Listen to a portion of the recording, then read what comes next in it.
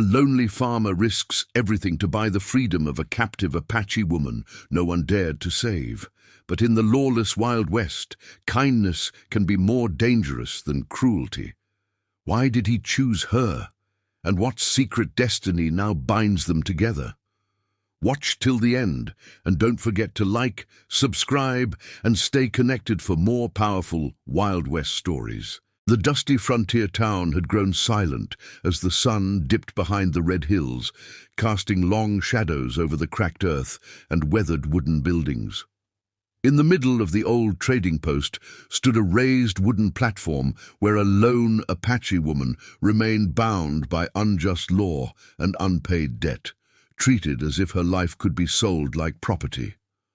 No one in the gathered crowd stepped forward. Men stood in clusters, whispering among themselves, their voices low but filled with judgment, fear, and indifference. Some avoided her gaze entirely, while others looked at her only as a problem that did not belong to them. The auctioneer's voice echoed again and again, calling for a bidder, but each time it faded into uncomfortable silence, as though the town itself had decided to forget her existence. She stood tall despite the heavy chains around her wrists, refusing to let her spirit be broken in front of strangers who saw her as nothing more than a captive. Her eyes reflected a mixture of pain, endurance, and quiet pride that no hardship had been able to erase. Days had passed since she had been brought here, and in that time she had slowly become invisible to those who walked past her, as if her suffering was ordinary, unworthy of attention, or already decided by fate. The sun had burned her skin, the wind had cut through her clothes, and yet she remained upright, holding onto the last piece of dignity she had left in a world that had taken almost everything else from her. The auctioneer called once more, his tone growing impatient, expecting yet another round of silence, as if the outcome was already written. Then from the edge of the crowd, something changed. A quiet farmer stepped forward, breaking the pattern of hesitation that had held the entire town in place. Dust-covered boots pressed into the dry ground. A worn hat shaded his face, and his steady eyes carried a calm strength that did not seek attention, but naturally drew it. He was not a man of wealth or influence, and nothing about him suggested importance in the eyes of the town. Yet there was something firm in his presence, something that did not bend easily under pressure or fear. Without speaking a word, he raised his hand, signaling his intent. The movement was small, but it felt loud in the heavy silence that followed. The crowd turned toward him almost at once, surprised that someone so ordinary, so unnoticed in daily life, would dare to interrupt the unspoken agreement of indifference.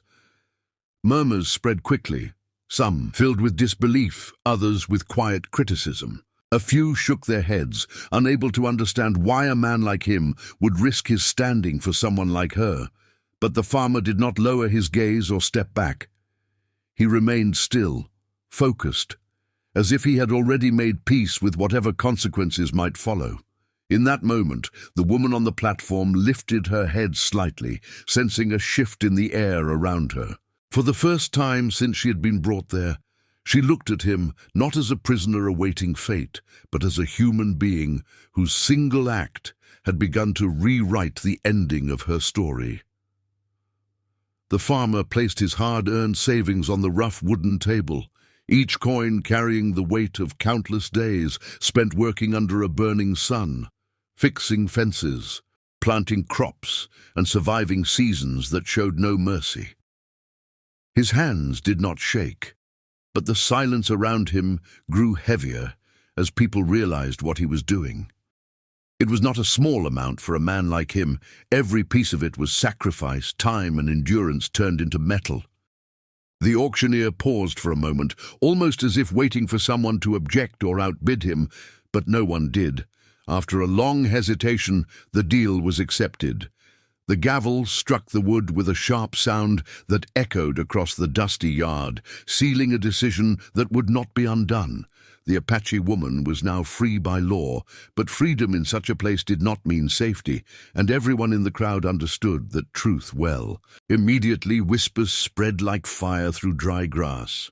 Some people shook their heads in disapproval, unable to understand why a simple farmer would risk so much for someone considered an outsider.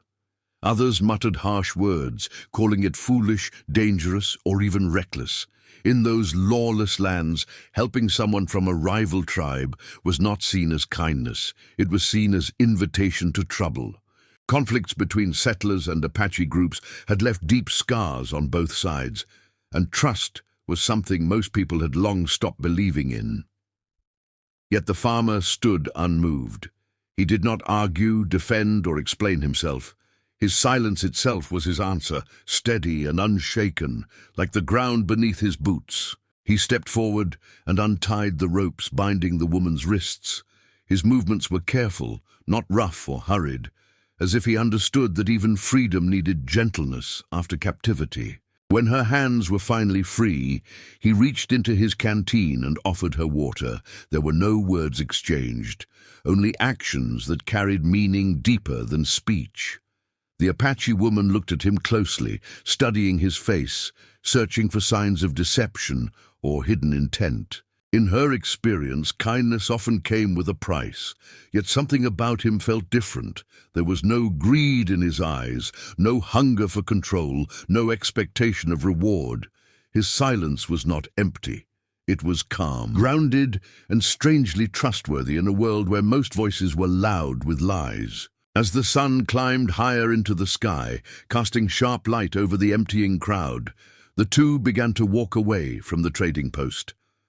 Dust rose beneath their steps, drifting behind them like the past they were leaving behind. They did not walk as master and prisoner, nor as savior and burden, nor as people who understood each other yet. Instead, they walked as strangers connected by a single, irreversible choice. One that had already begun to separate them from the life they once knew. Ahead of them lay uncertain land, unseen danger, and questions neither had answers for. But for the first time in a long while, both of them were no longer standing still in silence. They were moving forward into something neither fate nor fear had fully decided yet.